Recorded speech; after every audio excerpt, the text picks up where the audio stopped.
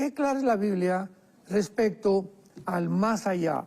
No podemos especular, ni teorizar, ni hipotetizar con tradiciones y que yo creo y que esto y que el otro, y que hay comunicación con los espíritus de los muertos, cosas que son completamente condenadas por la palabra de Dios, porque toda sesión de médiums o de personas que quieran tener comunicación con los muertos a través de un medium, están comunicándose con espíritus demoníacos que los están enseñando. Entonces, al morir, concluimos, ¿verdad? El espíritu y el alma se salen, el cuerpo se cae en la tumba, o a lo mejor te creman, o a cuántos santos no quemaron en la hoguera en los primeros siglos de la época cristiana. No importa lo que al cuerpo le pueda pasar.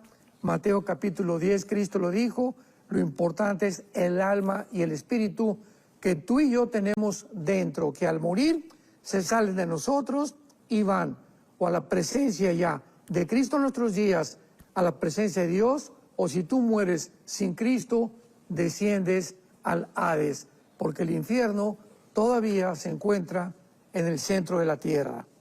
¿Quién nos puede hablar de la muerte después y de la vida después de la vida más que Jesucristo? Buda, Gautama Buda, que era un príncipe que salió de su castillo para ir a buscar la causa del sufrimiento, antes de morir, dijo a los discípulos, busquen la verdad. Él jamás resucitó, ni tampoco dijo que iba a resucitar.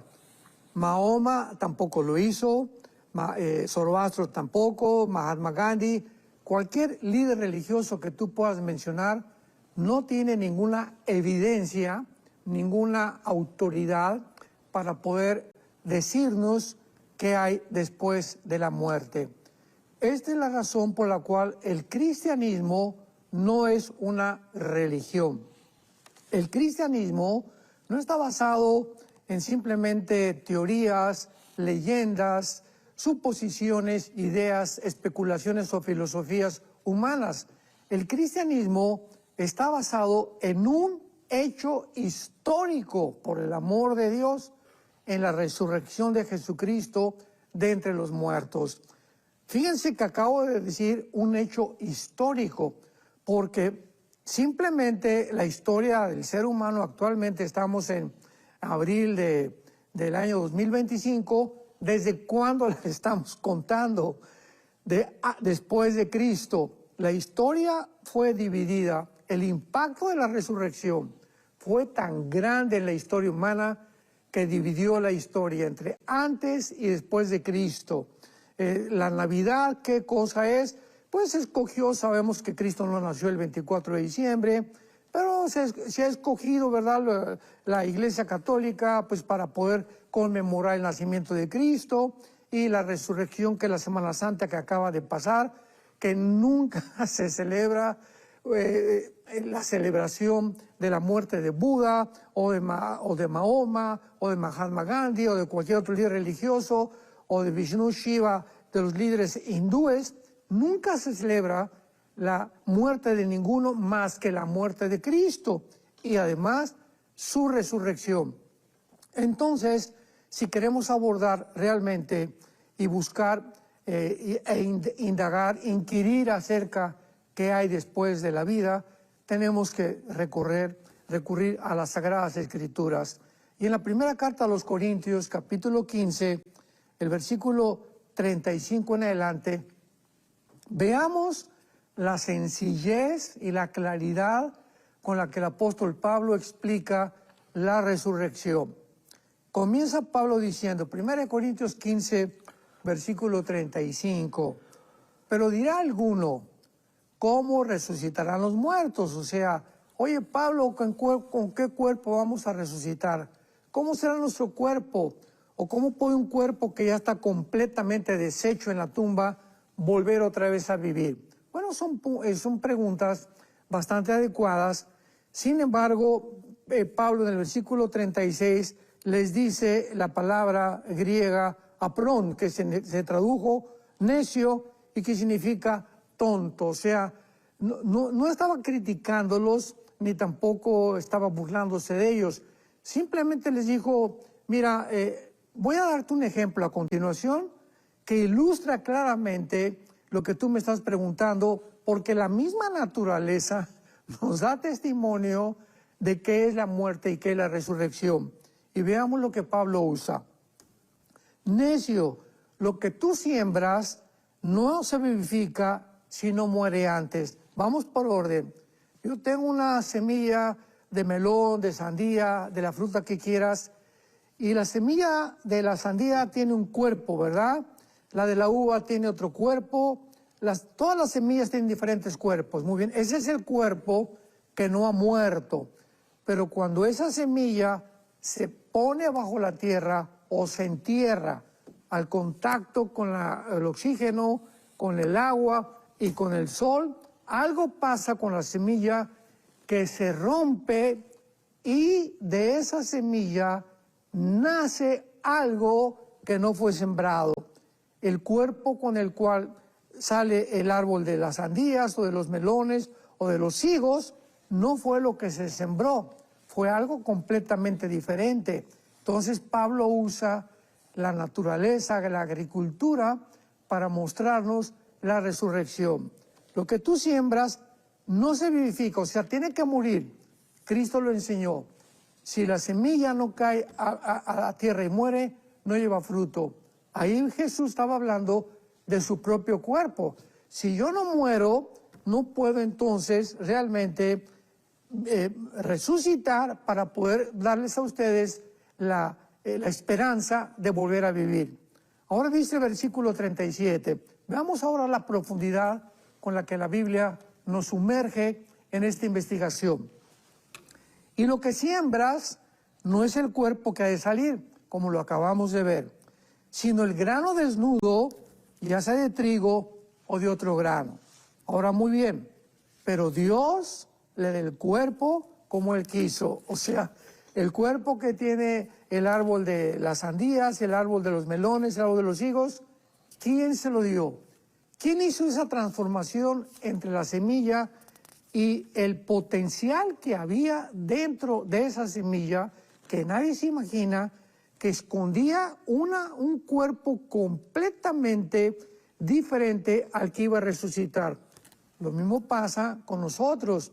De un esperma de mi papá, microscópico, y el óvulo de mi mamá, se juntan los cromosomas, los 36 cromosomas, y ahí se encuentra en el esperma de mi papá y en el óvulo de mi mamá toda la información del cuerpo que tenemos.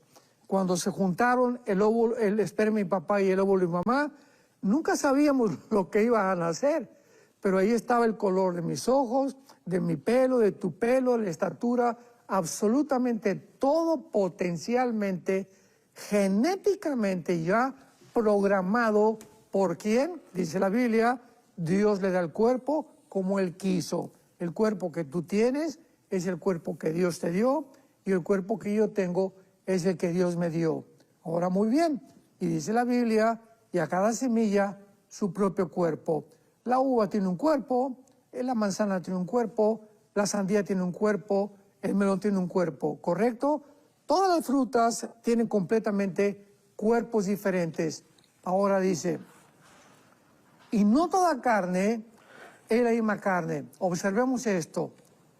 Una carne es la de los hombres, o sea, nuestro cuerpo está diseñado para vivir de las plantas, para comer de las frutas, para mantenerse del agua, del oxígeno, que el oxígeno que respiramos es una mezcla perfecta de gases con el 85% de nitrógeno, oxígeno y otros gases. Es el cuerpo que Dios nos diseñó para habitar aquí en la Tierra, no en Marte. Por favor, Elon Musk, si estás oyendo esta conferencia, pon atención. No vamos a habitar nunca en Marte, ni en la Luna, ni en ningún otro planeta, porque aquí fue el planeta que Dios diseñó para que nuestro cuerpo se adaptara a este planeta y aquí viviéramos temporalmente. Ahora bien, otra carne es la de las bestias. Los cuerpos de los chivos, de las cabras, tienen pezuñas especiales para escalar los montes. Ahí donde vivimos nosotros hay muchas ardillas Yo cada vez que voy en la mañana a hacer mis ejercicios, me fascina ver la gracia de las ardillas, cómo suben los árboles, qué facilidad tienen, cómo Dios les puso en las uñas la facultad de poder subir a los árboles y con una facilidad tremenda. Los leones tienen otro cuerpo, en fin, todas las bestias tienen un cuerpo diseñado por Dios para que puedan subsistir en el hábitat o en el medio ambiente en el cual Dios los colocó. Las aves tienen otro cuerpo, completamente diferente. Dios puso a las aves unas alas, un cuerpo que nadie tiene para que puedan ellas sobrevivir en el aire. Ese cuerpo es diferente al de las bestias y al de nosotros. Y finalmente, Dios también puso el cuerpo de los peces. ¿Quiénes son los peces? Bueno, ¿verdad? Viven dentro del agua con un sistema branquial que les permite subsistir dentro del agua sin que nosotros lo podamos hacer. Nosotros tenemos que bajar dentro del mar o dentro del agua con aparatos con oxígeno porque nuestro cuerpo no fue diseñado por Dios para vivir dentro del agua. Y al terminar, Pablo nos dice algo muy interesante. Versículo 40.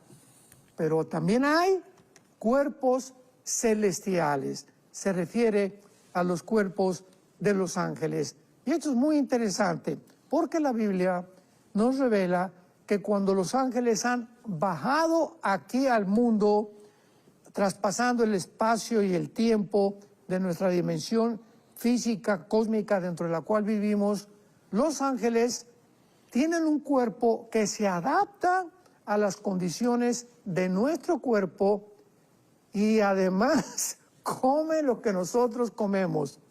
Génesis capítulo 18. Bajó Dios el Padre bajó en Génesis 18 acompañado con 2 ángeles a visitar a Abraham y a Sara. Bueno, pues Abraham lee el capítulo 18 del Génesis, lo recibieron ahí y Sara fue a cocinarles inmediatamente un chivito, un cabrito, no sé, pero Dios el Padre se sienta con los ángeles a comer lo que estaba comiendo Abraham y Sara. Cristo también cuando resucita, recordamos que en el camino de Maús se encuentra con 2 discípulos y se sienta a comer con ellos, con el cuerpo resucitado, miel y un pescado. O sea, los cuerpos de los ángeles pueden vivir en una dimensión en la que nosotros no podemos vivir, pero también se adaptan a esta dimensión. Son cuerpos completamente perfeccionados por Dios. Y dice Cristo, ¿verdad?, claramente que por eso es diferente la forma en la que vamos a resucitar. Nos vamos a morir, ¿verdad? El cuerpo se va a deshacer.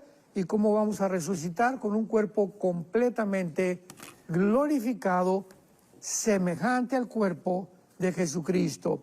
Y vamos en penúltimo lugar, a ver esto en el libro de Filipenses, capítulo 1, que nos explica, porque mucha gente preguntará ahorita, bueno, ¿qué? ¿Mi cuerpo será como el de Rambo? O muchas mujeres, ¿mi cuerpo será como el de Madonna? ¿O qué cuerpo vamos a tener cuando resucitemos? Bueno, la Biblia dice en Filipenses 3, versículos 20 y 21, lo siguiente: nuestra ciudadanía está en los cielos, de donde también esperamos al Salvador, al Señor Jesucristo, el cual transformará. Esta palabra, ¿verdad?, en el griego, metamorfosis, significa cambiará la forma de nuestro cuerpo, como cambia el cuerpo de la semilla y le da la forma de un árbol. Nuestro cuerpo, de igual manera, va a ser un cambio completamente de forma.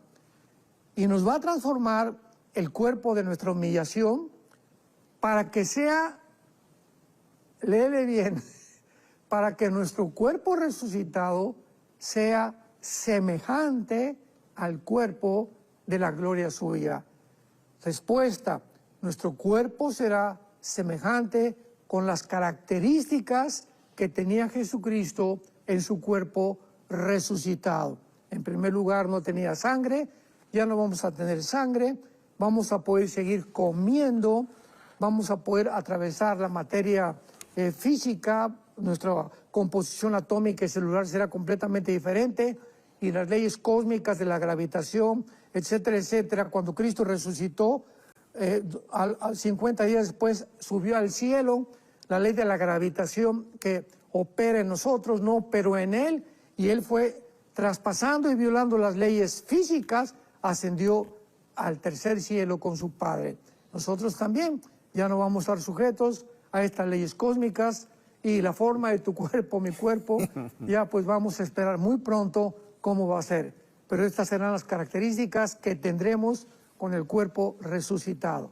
El capítulo 16 del Evangelio de Lucas, donde Cristo narra la historia de un hombre que era rico, ¿verdad? Y el mendigo que estaba a la puerta comiendo lo que el rico aventaba de su mesa.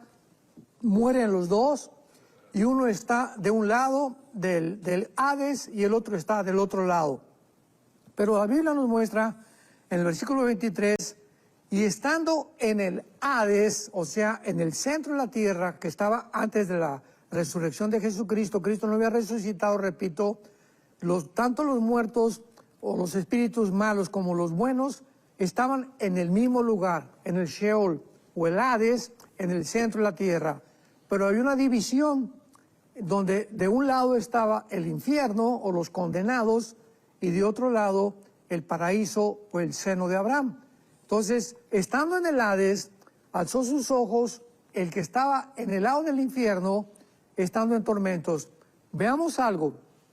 Al morir, pues este hombre, todos los gusanos nos comen los ojos, ¿verdad? Nos comen el cerebro, o sea, nuestro cuerpo es deshecho, ya sea que te ahogues, que te queme, no importa. Entonces, ¿cómo es posible que después de la muerte mantengamos todavía la vista, la voz, la conciencia? Esto nos muestra claramente la conciencia después de la muerte, que la Biblia de una forma inequívoca nos asegura. Estando en el infierno, alzó sus ojos, o sea, los ojos espirituales que ahorita nos permiten ver la palabra de Dios, y la mente, que tenemos la mente de Cristo. 1 Corintios 2, tenemos la mente de Cristo, que nos permite pensar con la mente de Dios ya, para poder entender sus pensamientos. No pueden nunca morir, porque por eso se llama los ojos, la mente y los oídos espirituales. Alzó sus ojos y vio de lejos a Abraham. Versículo 24. Dando voces dijo, en el infierno las personas que están ahí tienen cuerdas vocales, no como las que tenemos ahorita, pero van a poder comunicarse. Van a poder ver, van a poder comunicarse. Dice el versículo 24, que le rogó a Abraham, envía a Lázaro para que moje mi lengua. Van a sufrir, van a experimentar, van a tener conciencia. Conciencia es la palabra, ciencia, conocimiento con dentro, el conocimiento interno que Dios puso en el ser humano, que nunca va a morir. La conciencia espiritual. Qué importante es que mientras vivamos no cautericemos la conciencia, como dice el apóstol Pedro, porque hay personas que han cauterizado su conciencia a tal grado que ya eliminan toda sensibilidad y se convierten en bestias, se convierten en robots, se convierten en criminales, y como los nazis, ¿verdad? Hay otros ejemplos más que podemos mencionar en la historia. Pero también en el infierno, dice la Biblia, Abraham le dijo, hijo, acuérdate que recibiste tus bienes. En el infierno tienen ojos, pueden comunicarse, tienen conciencia y tienen memoria.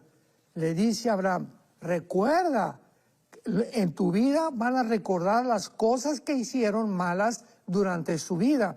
Y finalmente, este hombre condenado le dice a Abraham, por favor, ve allá arriba, ¿verdad? Vete allá a San José, Costa Rica, y dile a mi familia que por favor crean realmente que se les aparezca un ángel o que algo sobrenatural suceda para que no bajen donde yo me encuentro.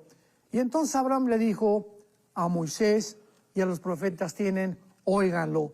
Entonces este hombre condenado finalmente le dice a Abraham, no a Abraham, porque si alguno fuere de entre ellos, entre los muertos, se arrepentirán. En otras palabras, si mi abuelito, mi papá o mi hermano ven a alguien que se pare de una silla de ruedas o ven a alguien que resucite, se van a convertir. Y Abraham le contesta, no, la conversión no es por la vista, es por el oído, porque la fe es por el oír, no es por el ver, y el oír es por la palabra de Dios. Romanos capítulo 10. Entonces, qué importante es que nosotros entendamos que la conversión, la transformación espiritual es a través de oír la palabra de Dios. Porque el Espíritu dice claramente que en los últimos tiempos muchos apostatarán de la fe escuchando a espíritus inmundos, a espíritus demoníacos. Había también otro caso, ¿verdad? De otra persona que dijo que ella cuando era niña había soñado que había nacido en el siglo XVIII y que además cuando ella creció y fue a ese lugar, ella supo que ella había estado ya ahí.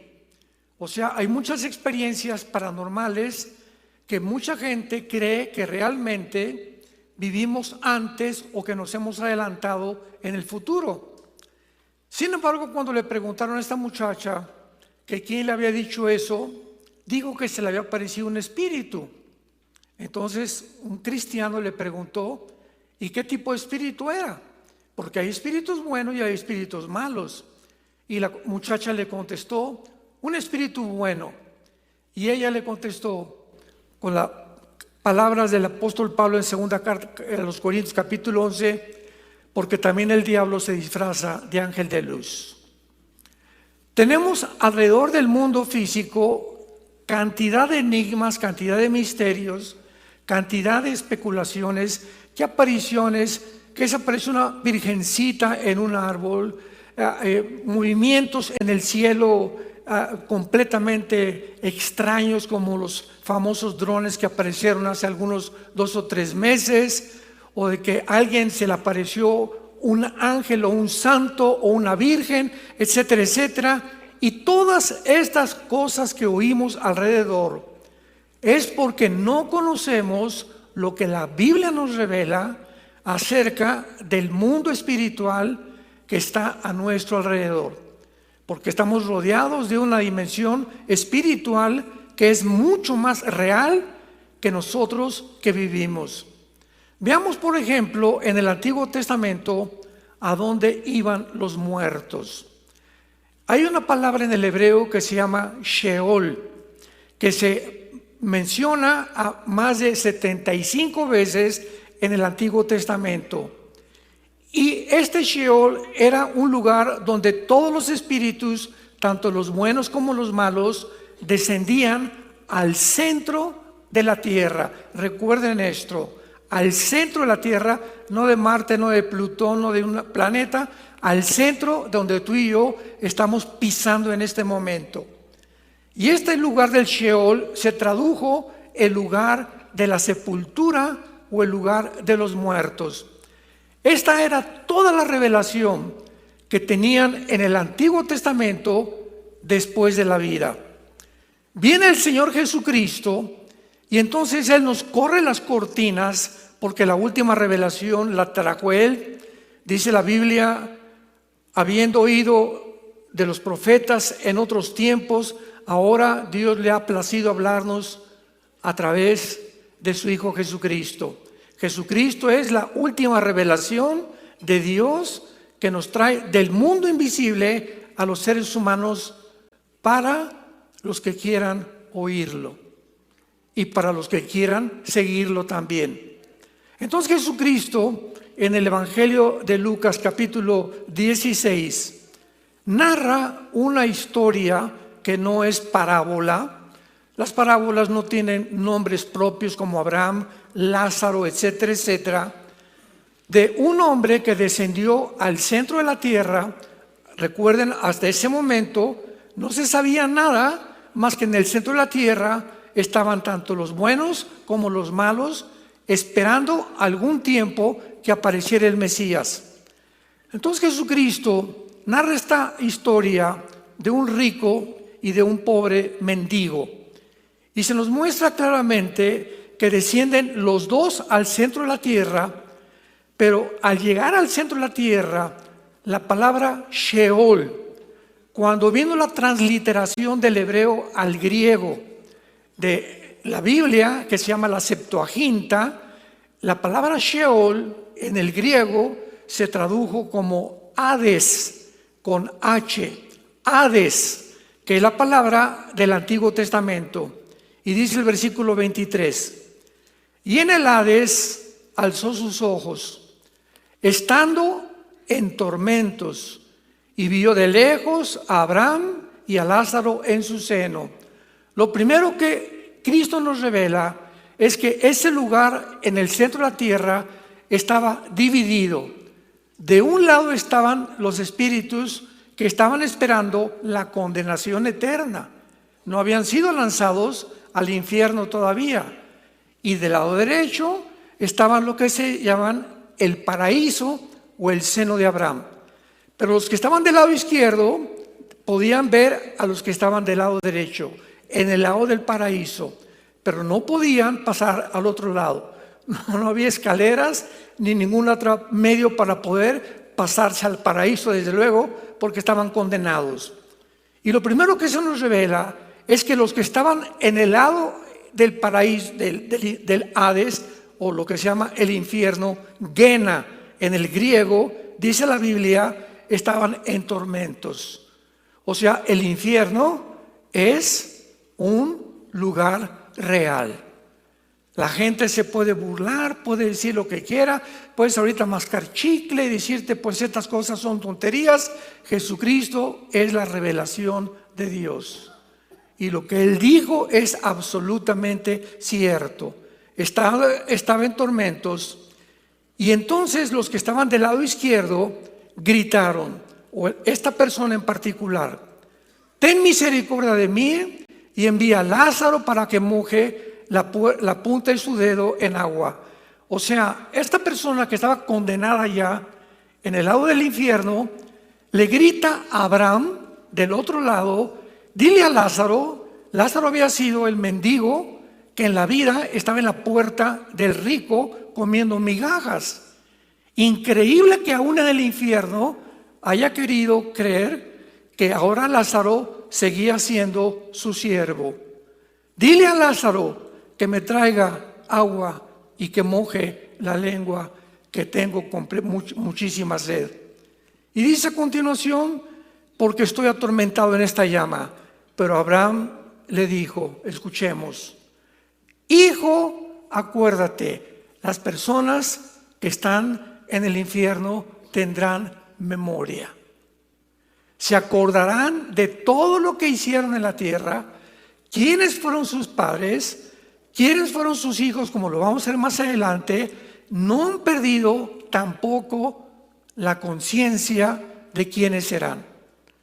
Hijo, acuérdate, le dice Abraham, que recibiste bienes en la vida y Lázaro también, males, pero ahora este es consolado aquí y tú atormentado. Además de esto, una gran cima está puesta entre nosotros, de manera que ustedes no pueden pasar para acá, ni nosotros mucho menos para allá. Entonces el condenado le dijo, te ruego pues, Padre, que le envíes a la casa de mi padre, ahí en Ciudad Satélite, porque tengo 5 hermanos, para que les testifique a fin de que no vengan ellos a este lugar de tormento. Las personas que se encuentran en el infierno tendrán una angustia terrible porque descubrirán demasiado tarde que está en una condenación eterna. Y tienen la angustia de que los que están arriba en la tierra vivos todavía, alguien vaya y les diga, las palabras de Jesucristo son fieles y verdaderas. Lo que dice la Biblia es verdad. Sin embargo, veamos lo que Abraham le contesta. Y le dice, a Moisés y a los profetas óiganlos. Él entonces dijo, no, padre Abraham, Pero si alguno va a ellos de entre los muertos, se arrepentirán. Damas y caballeros, claramente la Biblia nos enseña que una persona puede ver a un paralítico levantarse, porque muchos me han dicho eso. Si yo veo a un paralítico levantarse, voy a creer en Dios. Si alguien en la noche se levanta y me jala los puntas de los pies y me dice: yo soy tu tía o tu mamá, arrepiéntete porque te vas a condenar, ni así se van a arrepentir. Entonces, ver un milagro va a afectar nuestras emociones, nuestros sentimientos por algún tiempo, 3 días, 4 días, pero la gente sigue siendo la misma, porque la fe es por el oír y el oír es por la palabra de Dios. La fe no es por lo que veamos, los milagros o lo que sintamos alrededor, sino por lo que está escrito. Dios escogió que el evangelio fuera el medio para que tú pudieras creer en él. Entonces Abraham continuó y le dijo: mas Abraham le dijo: si no oyen a Moisés, o sea, y a los profetas, o sea, la Biblia, tampoco se persuadirán, aunque alguno se levante de los muertos. Entonces, qué tristeza es que mucha gente esté esperando ver milagros para convertirse, o tratar de creer que a través de un efecto sobrenatural ellos podrán considerar, tal vez, creer en Dios por algún tiempo. Y esto es algo que es terrible. También tenemos la famosa reencarnación, que es una doctrina hindú. Esta forma de ocultismo pretende dar información acerca de la vida después de la muerte en la reencarnación. Esta doctrina enseña que somos permanentemente reciclados, que la muerte no es más que una transición de un cuerpo al otro. Vas a regresar en una rata, vas a regresar en una vaca, vas a regresar en un animal. Y según el karma, así le llaman ellos, que hayas tenido, así te irá también cuando regreses a otra vida. La Biblia dice lo contrario. Está establecido que los hombres mueran una sola vez. Y después no hay reencarnación, no hay purgatorio, no hay ningún otro lugar más que el cielo o el infierno. Por ejemplo, la actriz de cine Shirley MacLaine, una de las líderes de la nueva era en los Estados Unidos, escuchen lo que escribió, que ella había sido princesa en la Atlántida, que una inca en el Perú y una niña criada por elefantes. Una mujer también contó, ¿verdad?, que esas aparentes experiencias que había tenido Shirley MacLaine no eran más que el objeto de que ella invocaba a los muertos, que sus espíritus le habían hecho creer que había existido anteriormente. Y ahora hay una tercera experiencia también con la muerte, y esta es real, que Dios ha permitido que muchos seres humanos la tengan. Yo tuve una pariente, una tía de nosotros que murió, y me acuerdo que nos contó que cuando ella estaba en el quirófano, que ya estaban a punto de decir, ¿verdad?, ya se va a morir, se salió de su cuerpo. Y dice: yo me vi en el cuerpo, vi lo que estaban platicando los médicos, oí cuando se cayeron las pinzas, y cuando regresé a mi cuerpo, porque no me morí, les conté a los médicos lo que ellos platicaron y me creyeron que era algo sobrenatural. En otras palabras, la Biblia dice que somos espíritu, tenemos un alma y vivimos dentro de un cuerpo. El cuerpo es la botella, es el envase donde tu alma y tu espíritu residen. Y cuando morimos, el alma y el espíritu se salen de nuestro cuerpo. Tu cuerpo lo pueden cremar, lo pueden comerse los tiburones, te puede morir en un incendio, te pueden enterrar. El cuerpo ya queda completamente bajo la ley de la entropía que mencionamos físicamente, o sea, de la descomposición. Pero el alma y el espíritu son eternos, tanto para los condenados como para aquellos que creyeron en Jesús. Veamos este ejemplo en el Antiguo Testamento, en el capítulo 35 del libro del Génesis, de qué forma la Biblia nos muestra lo que pasa al morir. Y dice así, capítulo 35 del Génesis, y vemos de qué forma se mencionan las dos cosas o los dos elementos más precisamente que componen al ser humano. Versículo 18. Aconteció que al salírsele el alma, pues murió, llamó su nombre Benoni, mas su padre lo llamó Benjamín. Al salírsele el alma, murió. La palabra alma, a los que les interese apuntarla, en el hebreo, es la palabra con P de Pedro, de Samuel, psuche, que en el hebreo se pronuncia suje, porque la CH se pronuncia en hebreo como J. Entonces, etimológicamente, hay una palabra hebrea para el alma que nos muestra que es diferente al espíritu. O sea, el alma y el espíritu son dos cosas completamente diferentes. Veámoslo en el versículo 20 del mismo capítulo. Y exhaló Isaac el espíritu y murió, y fue recogido a su pueblo, viejo y lleno de días, y lo sepultaron Esaú y Jacob sus hijos. La palabra para espíritu en el hebreo es la palabra que es ruach, que se escribe ruach con CH, pero repito, se pronuncia como J, ruach.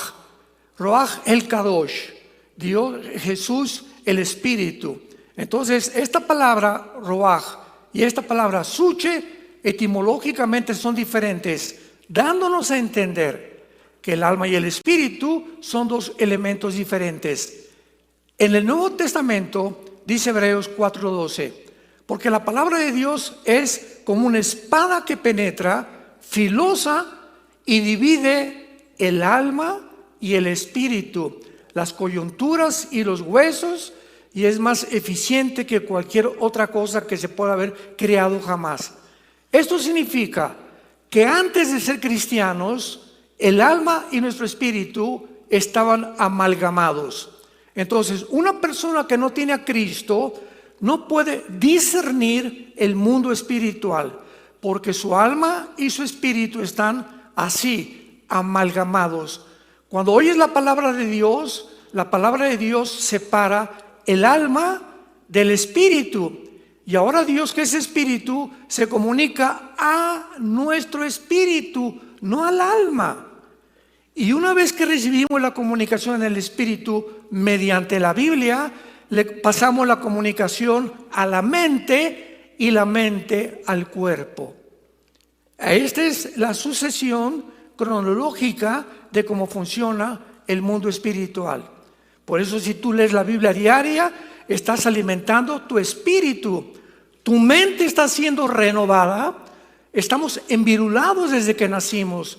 Los programas que recibimos, por ejemplo, yo en mi caso era ateo, pertenecía al Partido Comunista Mexicano, y mi sueño era irme a Cuba y armar una revolución social en México, ¿verdad? Hace como 40 años, pero era mi sueño, era muy idealista. Entonces, cuando vengo a Cristo, traía yo un programa envirulado, ¿verdad? De una ideología que es maléfica, que nunca ha funcionado, se demostró en el siglo XX. Entonces, ¿qué es lo que ha pasado? Desde ese momento, el misionero que me llevó a Cristo me dijo: Armando, tienes que renovar tu manera de pensar ahora a través de la Biblia. Entonces comencé a leer la Biblia, a memorizar la Biblia, leerla todos los días, y mientras más entra la luz, el programa anterior sale de tu mente y comienzas a funcionar como una persona normal. ¿Qué te estoy diciendo? Si tu mente no está renovada, no eres una persona normal. Y esta es la razón por qué el ser humano está bajo la psicopatía, bajo la neurosis, bajo el estrés, bajo el suicidio. Ahora ya llegaron al grado de decir, este hombre no es hombre, es mujer. La mujer no es mujer, es hombre. Y si tienes otro género que te guste, opérate. O a través de una dosis diferente de hormonas puedes cambiar tu sexo. A ese grado de descomposición y de locura ha llegado el ser humano. Porque su alma y su espíritu están completamente mezclados. Y no disciernen entre el bien y entre el mal. Para ellos es igual cambiarme de sexo, aunque mi genética y mi biología me dice soy hombre porque tengo el cromosoma Y, entonces mi mente me dice es que no eres lo que tú eres. Viene el conflicto entre la mente y entre la genética, y el 65% de las personas que se han operado de transgénero, de acuerdo a la Asociación de Psiquiatría de Los Ángeles, se han suicidado. El 65% de las personas que han querido cambiar de sexo se quitan la vida. Llega un momento en que están tan locos que ya no saben lo que son. Y es un ataque satánico, devastador, como un tsunami. Viene a tu mente y te roba tu identidad. El enemigo, los espíritus, y te hacen creer que no eres la persona que Dios te creó. Entonces, estas experiencias pues son de diferente tipo y el ser humano las ha atravesado de diferentes formas. Pero ahora veamos a continuación que realmente dentro del Nuevo Testamento ya la revelación de Dios a nuestras vidas es completamente con mucha más información que antes. Veamos, por ejemplo, el destino eterno en el Hades, que se menciona como lo acabamos de ver. Te mueres, se sale tu alma y tu cuerpo, ¿a dónde se van? Te mueres hoy en la noche. Te entierran en el ataúd, la señora llega y le pone flores al ataúd, abraza el ataúd, mi Carlitos, ya está, llore y llore. Ya no estamos aquí. Ya no estamos aquí. Les voy a contar rápidamente una anécdota, un chiste muy mexicano. Porque en México se celebra el Día de los Muertos. Entonces, el Día de los Muertos hay una costumbre de llevarle o comida o flores a los difuntos. Entonces, en este chiste, ¿verdad? Estaba la India María en el panteón con su muertito, con olla de mole. Y en eso llega la señora Pompidou con un ramo de flores. Y le dice la señora muy elegantemente vestida, India bruta, ¿cuándo crees que se va a levantar tu muerto por el mole? Y le contesta la India María, cuando venga el suyo por las flores.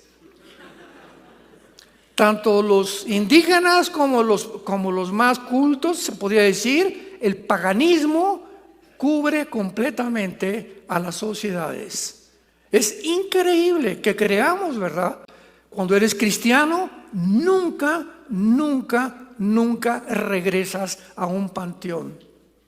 Ni a llevar flores, ni a hincarte a hablarle a tu muertito, porque sabes que no está ahí. Le estás hablando de las lagartijas y a las cucarachas que están alrededor. Pero tu difunto, tu persona que tú vienes a creer que te estoy viendo, ya no están ahí.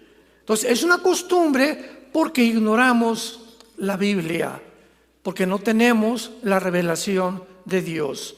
Entonces, qué importante es que cuando nosotros vemos estas cosas, nuestra vida es completamente cambiada. Otro invento, otra doctrina es el purgatorio.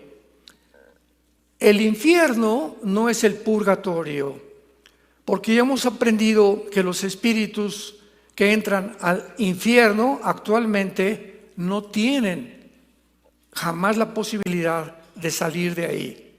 La doctrina del purgatorio enseña que cuando una persona se muere, su alma es purificada mediante los sufrimientos del purgatorio.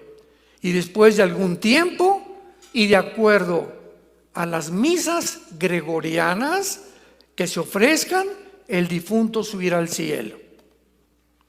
O sea, si hay algo que se le ofrece aquí en la tierra a doña Panchita que se murió y que está en el purgatorio porque no fue lo suficientemente santa como para irse al cielo, vamos a ofrecerle misas gregorianas para sacarle del purgatorio. El purgatorio no existe en las Sagradas Escrituras. Fue un invento en el tiempo medieval. La Biblia nos enseña completamente lo contrario, porque cuando la justicia de Cristo nos es imputada mediante la fe en su sangre, podemos estar capacitados para entrar en el cielo y no por los méritos ni las buenas obras que tú y yo jamás hayamos hecho. Veamos esto en la segunda carta a los Corintios, capítulo 5, de qué manera tan impresionante el apóstol Pablo nos relata la muerte.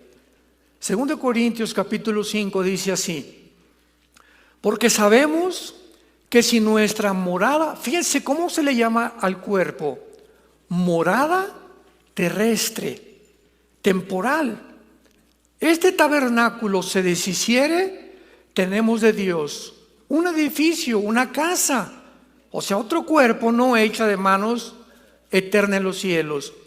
Y por eso también gemimos, deseando ser revestidos de aquella nuestra habitación celestial, pues así seremos hallados vestidos y no desnudos. Porque asimismo los que estamos en este tabernáculo, o sea, el cuerpo, gemimos con angustia, porque no quisiéramos ser desnudados, o sea, no quisiéramos morir, sino que inmediatamente fuéramos resucitados para que lo mortal sea absorbido por la vida. Mas el que nos hizo, Dios nos hizo y nos dio las garras del Espíritu. Pero confiamos en Dios, que más quisiéramos estar ausentes del cuerpo, pero presentes en el Señor.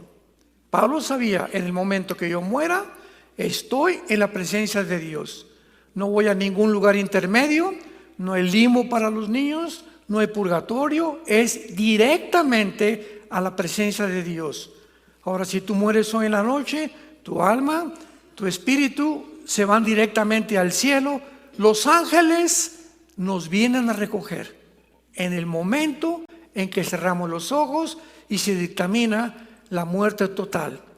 Y en ese momento, cuando llegamos al cielo, vamos a estar en el cielo esperando a los que se van a convertir esto es Apocalipsis, en el mundo, para que cuando ellos resuciten, nosotros descendamos con Cristo en el aire, nos juntemos con doña Panchita, con mi papá, con mi hermano, con mi hijo que se murieron en su cuerpo resucitado instantáneamente, se juntarán con el alma y con el espíritu, y entonces así ya estaremos para siempre con Él en su presencia. Si tú mueres y no tienes a Cristo, inmediatamente los que vienen por ti son los demonios. Y te vas a dar el susto de tu vida. Otras personas dicen, bueno, cuando vayan en la ambulancia ya te llevan al hospital, ahí me voy a arrepentir. Qué cosa más absurda creer que te puedes burlar de Dios. La Biblia dice, cuando oigas su voz, arrepiéntete. Cuando Dios te está hablando, es el momento en el que tú tienes que arreglar tus cuentas con tu Creador. No somos dioses, como dice Klaus Schwab, el presidente del Foro Económico Mundial. Somos dioses. Y como venimos de la evolución, pues tenemos la tecnología y la genética en el siglo XXI para poder evolucionarnos a una mejor criatura. Y su secretario, un judío llamado Noah Harari, le dice a Klaus Schwab, director del Foro Económico Mundial, pues sabes una cosa, vamos a crear una superraza. Los mismos demonios que tenía el nazismo de crear una superraza aria no han muerto. El ser humano sigue creyendo que podemos nosotros mejorar nuestro estado sin Dios, porque somos dioses y tenemos tecnología para poder realizarlo. Veamos ahora y contestemos otra pregunta tan importante. ¿Realmente al morir tenemos conciencia? Porque pues hay muchas teorías que si te mueres el cuerpo está dormido. Porque Jesús dijo en Juan 11, Lázaro duerme, no está muerto. Entonces usó la palabra dormir, pero esto lo hizo Jesús con la siguiente razón. Cuando tú y yo hoy en la noche vamos a la cama y dormimos, nuestro estado consciente se bloquea y entramos en un estado inconsciente donde el subconsciente puede transmitir memorias o sueños o relatos o historias al consciente, y es lo que se llama soñar. Pero estamos conscientemente ausentes de nuestra conciencia. Pero si alguien viene y te echa un vaso de agua fría, ¿qué haces? Despiertas a la conciencia, ¿correcto? ¿Me van siguiendo? Entonces, de la conciencia, que parecía que estaba muerta, despiertas, pero no estabas muerta, lo tenías simplemente dormido, pero seguías vivo, porque tu espíritu jamás puede dejar de actividades. Entonces, así pasa en la muerte. En la muerte el cuerpo queda completamente en la tumba, pero la conciencia la tenemos vigente hasta el día que Jesús venga por nosotros. Veamos algunas evidencias, por ejemplo, en Génesis 25, de las personas que murieron bajo el Antiguo Testamento, principalmente los patriarcas. Dice Génesis 25, versículo 8, estas palabras. Cuando nosotros vemos la Biblia y encontramos estas evidencias, no nos queda duda acerca de todo lo que Dios quiere que nosotros sepamos acerca de la otra vida. Dice Génesis 25, 8, y exhaló el espíritu y murió Abraham en buena vejez. Escuchen esto, anciano y lleno de días, y fue unido a su pueblo. O sea, cuando murió Abraham, ya había personas antes que él que habían muerto, y cuando muere lo llevaron a un lugar donde se encontraban ya los que habían muerto como él y que estaban esperando al Mesías. Versículo 17 del mismo capítulo. Estos fueron los años de la vida de Ismael, que fue un hijo de Abraham, 137 años, y exhaló el espíritu y murió y fue unido a su pueblo. Esta es la forma como el Antiguo Testamento nos describe a dónde van aquellos que murieron antes de la cruz. Veamos también, por ejemplo, el gran Job, que fue un libro casi o tal vez más antiguo que el libro del Génesis. En el capítulo 19, lo que Job menciona acerca de la muerte. Dice Job: yo sé que mi Redentor vive y al fin se levantará del polvo. Y después de deshecha esta mi piel, o sea, después de que la ley de la entropía nos convierte en gusanos, porque es lo que acaba el cuerpo, en mi carne he de ver a Dios. Él sabía que habría un cuerpo resucitado donde él podría continuar viviendo y conociendo más acerca de Dios. Tenemos otro ejemplo en la transfiguración de Jesús. Otra evidencia de cuerpos después de la muerte es cuando Jesús se lleva a Pedro, a Juan y a Santiago a un monte a orar. Y de repente el Señor Jesús cambia de forma, una metamorfosis total. Y comienza a elevarse y aparecen junto a él Moisés y Elías. Se llama la transfiguración. Y Moisés ya había muerto, pero aparece con Jesús con un cuerpo como el que tenía, pero ya no sujeto a la ley de la entropía ni a las leyes cósmicas que rigen actualmente nuestros cuerpos. Y Elías, que había sido arrebatado vivo al cielo. Los dos estaban vestidos y platicando con Jesús acerca de la próxima venida de Jesucristo. Y Pedro, Juan y Santiago, cuando los ven, sabían que eran Moisés y Elías. Pregunta: ¿qué tenían fotos de ellos? No había ni cámaras Polaroid en aquel tiempo. No había ningún retrato de ellos, porque ya Moisés estaba completamente transfigurado, cambiado de forma, igual que Elías con Jesucristo, pero los apóstoles les dio Dios lo que se llama la percepción espiritual. O sea, aunque no habían visto fotos, sabían que era Moisés y que era Elías. ¿Qué nos enseña esto? Que cuando lleguemos al cielo, tú vas a ver y vas a saber, ese es Adán, ese es Pablo, aunque nunca los hayamos conocido. O sea, por la percepción espiritual, vas a ver a tu abuelita, hola, mi Conchita, véngase para acá, y la vas a avisar, pero no va a estar viejita, va a estar con cuerpo de joven. Así que la familia va a ser completamente transformada en el cielo a comparación de nosotros. Entonces, este es otro de los ejemplos tremendos. Ahora vayamos a la primera carta a los Corintios en el Nuevo Testamento y veamos las leyes de la resurrección. Mucha gente le comenzó a preguntar a Pablo, oye Pablo, ¿y los muertos cómo resucitan? No tenían la información que tú y yo tenemos porque la Biblia ya está completa. Y dice Pablo en el versículo 35, escuchen, la forma tan sencilla, usando ejemplos de la naturaleza que usó Jesús, ilustrándonos los misterios del reino de los cielos. Pero dirá alguno, ¿cómo resucitarán los muertos? ¿Con qué cuerpo vendrán? ¿Me parecería Rambo? ¿Me parecería Madonna? Si muero de 80 años, ¿qué cuerpo voy a tener? Un niño de 10 años, ¿qué cuerpo va a tener? Son preguntas válidas. Muy bien. Entonces, Pablo les contesta, lo que tú siembras, usa la ley de la siembra, de los agricultores.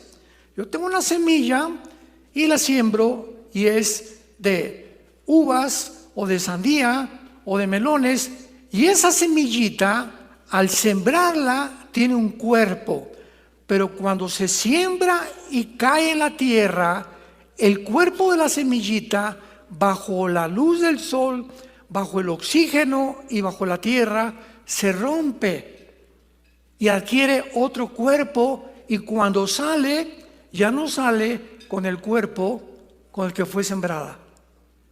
¿Me van siguiendo? Dice el apóstol Pablo, y lo que siembras no es el cuerpo que ha de salir, sino el grano desnudo, ya de trigo o de grano. Ahora bien, pero Dios le da el cuerpo que Él quiso, y a cada semilla su propio cuerpo. Las semillas de naranja, dice Dios, van a tener los minerales, las vitaminas diferentes a las de la uva, a las del melón, y cada semilla que tú siembras tiene un código genético, un ADN. El perro siempre será perro, el gato siempre será gato, el hipopótamo siempre, la jirafa siempre jirafa. No se puede mezclar el ADN y la composición genética que Dios determinó, ni la semilla con el melón, ni con las demás cosas, porque si tú lo haces, el resultado es híbrido. Si tú cruzas a un caballo con una burra, ¿qué sale? Una mula, y la mula nace híbrida, ya no se puede mezclar con nada. Esta es la razón por la cual los científicos ateos actualmente están tratando de hacer experimentos con los seres humanos, con la clonación, y mezclar el ADN de una araña para que se mezcle con el ADN de un humano, y el humano pueda ser el hombre araña. O el ADN de un murciélago para que el ser humano tenga la capacidad del radar que tienen los murciélagos. O sea, queremos crear una super raza. De ahí viene la palabra los superhéroes, que a través de las caricaturas nos muestra Hollywood, que no es más que la ambición del ser humano por mejorarnos y llegar a un lugar, a un estado en el que podamos ser realmente superhombres. Y dice la Biblia, el versículo 39, no toda carne es la misma carne. Escuchen, una carne es la de los hombres, otra la de las bestias, otra la de los peces, otra la de las aves.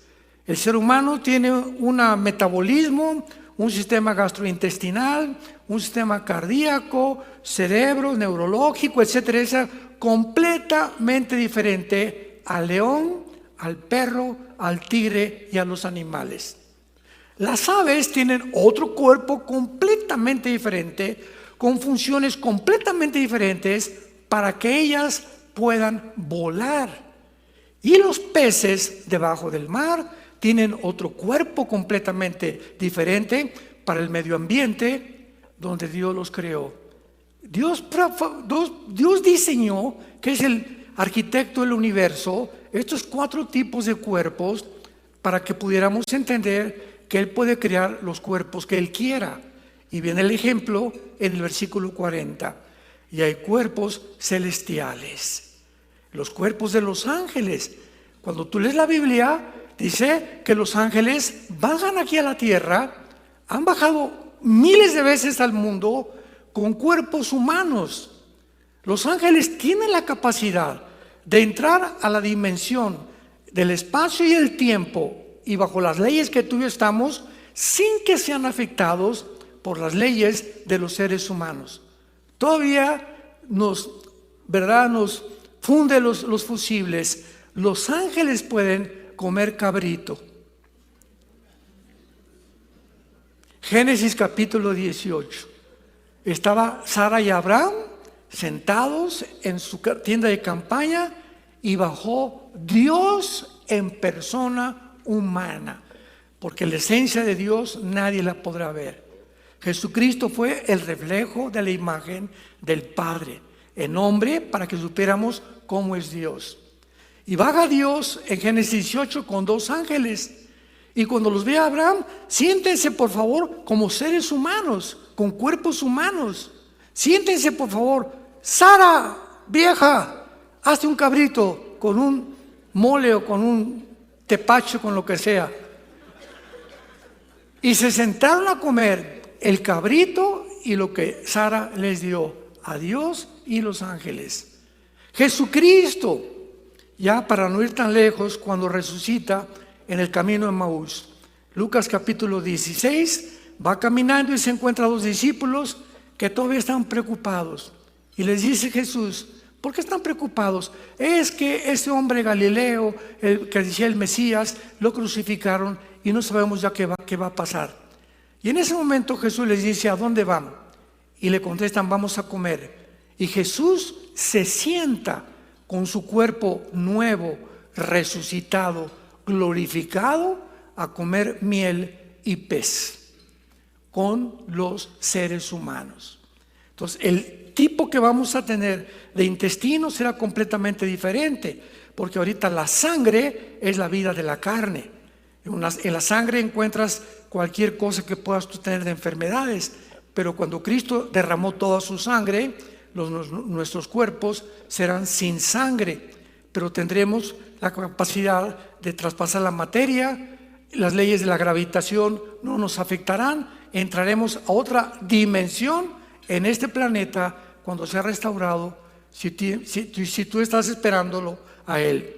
Entonces, esto es increíble, porque la resurrección de los muertos, Dios nos promete un cuerpo completamente nuevo y glorificado. Ahora bien, hay personas que me he encontrado en debates que he tenido en el radio y en la televisión, y me han dicho: bueno, es que la resurrección de Cristo, ¿cómo es posible? Es más, me dijo una vez una persona, me reservo su nombre, bastante letrado, bastante con 2 o 3 certificados, ¿verdad? Y con membresía en la Academia de Filosofía de California, se atrevió a decirme en un debate en el radio: es más, yo ni creo que Cristo resucitó. Así, es más, no creo que ni haya existido. Simplemente le dije: ¿qué hora es?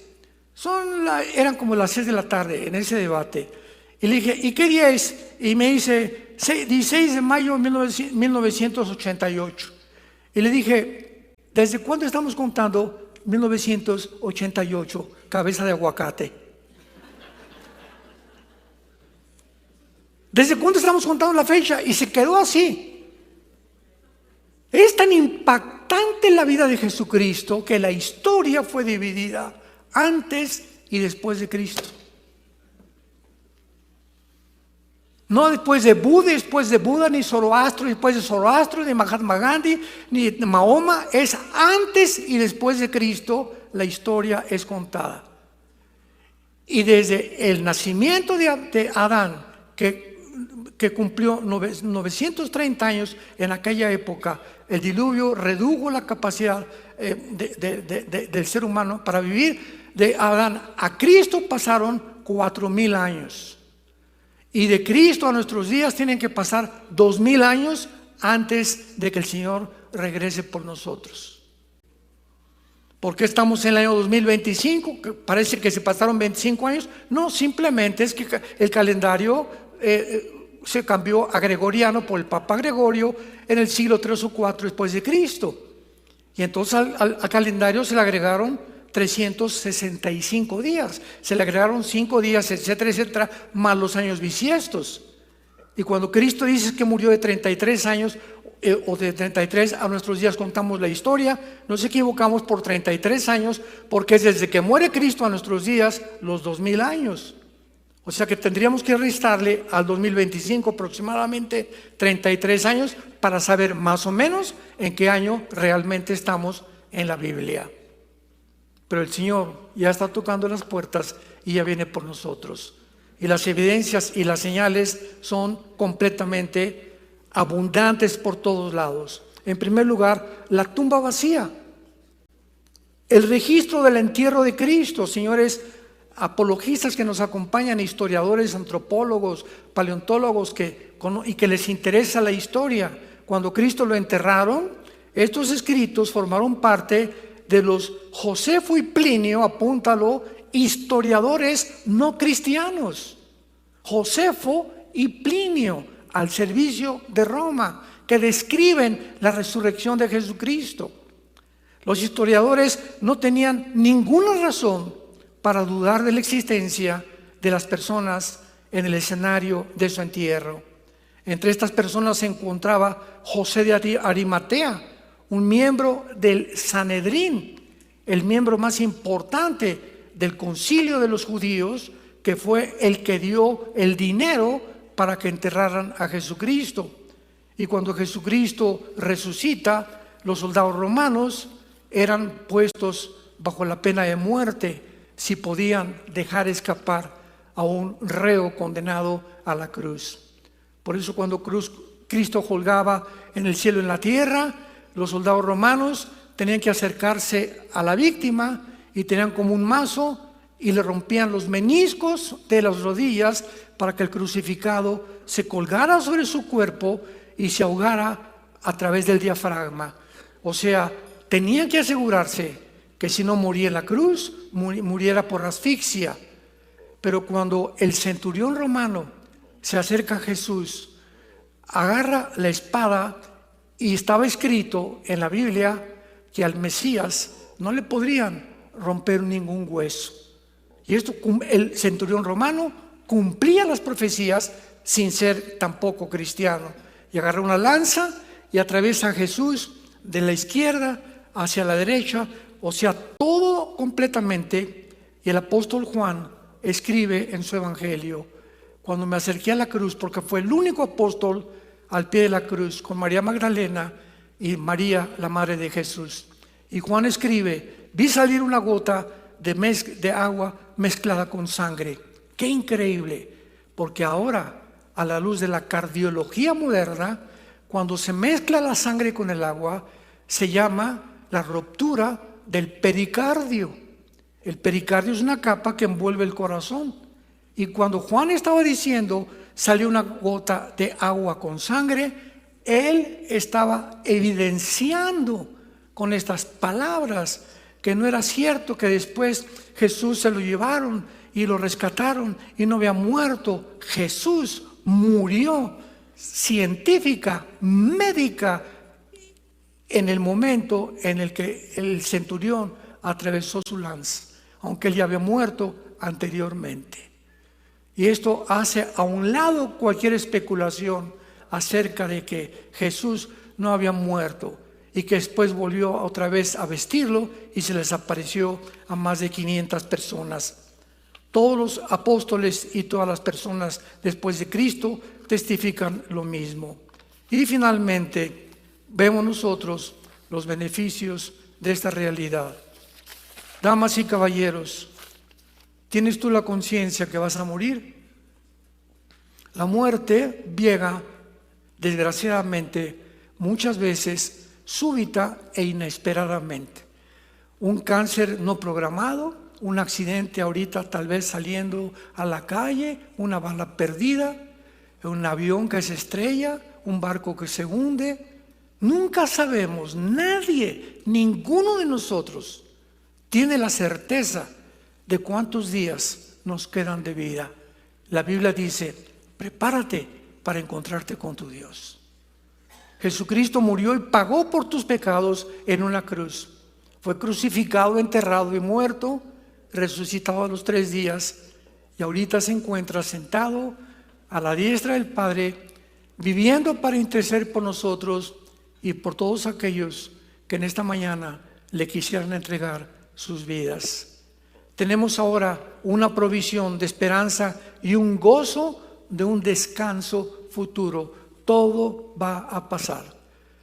Tus lágrimas, tus sufrimientos, las traiciones que hemos recibido, las persecuciones, todo lo que hayamos padecido en esta vida, dice la Biblia, no es comparable con el gozo que se va a manifestar después de la muerte a los que siguen a Jesucristo. En segundo lugar, nos recuerda que somos residentes temporales. Todo se tiene que acabar. Ahí está toda la gente, amontona y amontona y amontona y amontona dinero, y después se lo dejas a tus hijos, y muchos hijos están diciendo, a ver cuándo se muere el viejo o el padre, como los alacranes para repartirnos la herencia. Y si tú te mueres y les dejas a tu casa 5 condominios a tus hijos y no les dejas a Jesucristo, los has dejado para que se echen a perder igual que tú. Pero si tú mueres sin nada y tus hijos recibieron a Cristo, tienes la garantía que tus hijos los vuelves a ver y ellos a ti en el cielo. Y por último lugar, nos provee una motivación para vivir vidas santas. El santo no es aquel que hizo milagros y lo tienen que canonizar. Si tú lees todo el Antiguo Testamento, a los santos de Éfeso, a los santos de Galacia, a los santos de Filipos, la Biblia nos llama ya santos en vida, porque la palabra santo no significa bueno, viene la palabra agios, que significa apartado para el servicio de Dios. Cuando tú recibes a Cristo, Dios ya te apartó para que la corta vida que tienes la dediquemos a Él. Si no es enteramente y 100%, para que ahora Él sea el centro de tu vida, de tu familia, de tu matrimonio, de tu trabajo y de tu destino. Sean santos porque yo soy santo, dice el Señor, y sin santidad nadie verá a Dios. Quisieras venir en esta mañana a la cruz. No te invito a ninguna religión, te invito a una cruz de un hombre llamado Jesucristo. Quiere tener una relación contigo viva, dinámica, orgánica, porque Él vive por los siglos de los siglos, para que al salir de este lugar tenga la esperanza que vamos todos a volver a vivir. Oremos. Bendito sea el Dios y Padre de Jesucristo nuestro Señor, que nos ha hecho renacer para una esperanza viva, porque Él vive. Por medio de la resurrección de Jesucristo entre los muertos, para una herencia inimaginable, maravillosa, reservada para nosotros en los cielos, que mientras estamos en este mundo somos guardados por el poder de Dios mediante la fe. Nuestra fe tiene que ser probada como se prueba el oro y la plata, para que una vez refinada podamos gozarnos para la alabanza de la gloria de Jesús, a quien amamos sin conocerlo, sin saber cómo es, pero que a través de la Biblia nos gozamos con gozo inefable de saber que Él vive en nuestro corazón, que ya no estamos solos y que sus palabras son estas: nunca te dejaré, ni tampoco te dejaré solo, porque seré tu pastor todos los días de tu vida, y aún después de esta vida continuaré pastoreándote, mostrándote la salvación, el camino de la verdad, de la justicia y de la paz. ¿Qué tengo que hacer? Me preguntarás en este momento para tener la seguridad que cuando yo muera vendrán los ángeles por mí y tener completamente la garantía que he sido salvado, salvada por la gracia de Dios. Número 1, la Biblia dice: arrepiéntete de tus pecados. Arrepentirse significa reconoce que estás en un camino equivocado, que nadie tiene las fuerzas de cambiar de vida, de dejar drogas, de dejar homosexualismo, de dejar de robar. Nadie tiene las fuerzas. Las prisiones no cambian tampoco a nadie. Solo la gracia de Dios en Jesucristo, entrando a tu vida, te dará el poder de dejar las cosas que antes amabas para que ahora seas santo en toda tu manera de vivir. Arrepiéntete de tu vida. En segundo lugar, cree, nada más cree, que Él en esa cruz, con su sangre, pagó el precio que teníamos que pagar nosotros en el infierno por nuestros pecados.